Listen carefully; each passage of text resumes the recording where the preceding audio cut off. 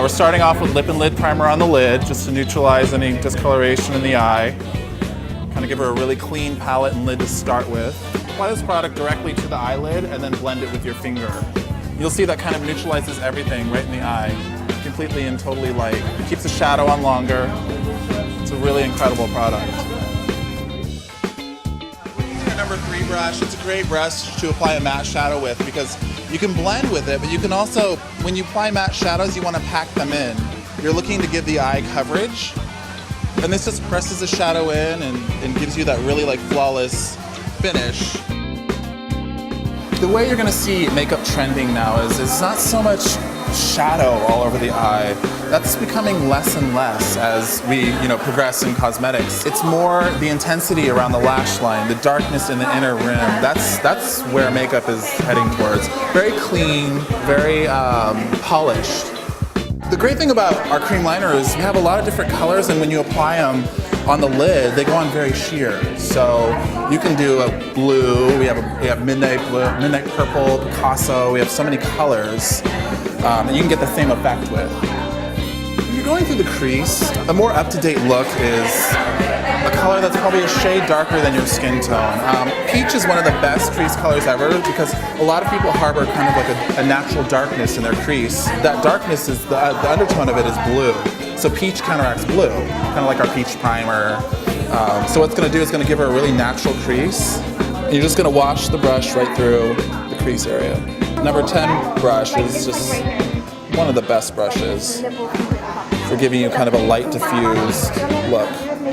When you're doing the outer corner of the crease, it's really good to kind of like, I go back and forth, and then I kind of use circular motions to kind of buff the color out and move it up under the brow bone. If you keep going back and forth like that, you're going to create that hard line that you're kind of trying to avoid. A diffused crease is a much more current look than that kind of hard, really defined crease. A lot of women do this. They take a brush and they go back and forth like this, and that's all they do. You want to deposit the color like that, move it back and forth, and then start doing a buffing motion. Circular motions. Kind of buff up onto the crease. So the color kind of peeks over, so when her eyes open, you see that kind of halo of warm color around her eye. There's a great trick when you're doing mascara. If you turn your mascara wand this way, vertical down towards the floor, and pull through the lashes this way, what it does is it coats them up, and if you get the base, it helps them lift. Coats them up, makes them really thick, and not makes them clumpy, but separates them. So they'll kind of get that kind of like PC spiky lash like what she has going on right now. This is a good trick. If you get mascara or glue all over the eye, you gotta wait for it to dry and then scrape it off, which is probably like not the best feeling for her, but it works. A lot of girls always complain about their lashes falling throughout the day. They curl them and then they go straight. The reason that happens is because they start applying mascara at the end of their mascara, so they put so much product on the end that it weighs their lashes down. So this is a good trick. Start at the base, so you're kind of creating a foundation for your lash, and then work your way out. And I'm combing her lashes out to the corner to give her more of that kind of cat eye look. So there's a trick too, when you're doing mascara, if you want to get more cat eye, you can move your lashes that way. The more you pull lashes up like this, the more you round your eye. The more you pull them out that way, you kind of elongate and create like kind of an almond-shaped eye.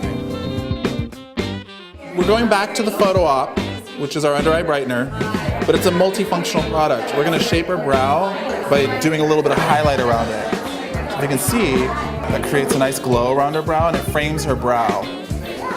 This spring, you're seeing a lot of smoky eye. Again, it really hasn't left. We're moving more towards color for the smoky eye. So we're starting off with Lava Cream Liner with our number 15 brush. We're creating a base on the lid because we're going to do a very smoky eye. We're just kind of working the product up. Doesn't have to be perfect. You notice? Go ahead and open. Just going to create kind of a nice smoky lid. There's no crease. I'm fading it up.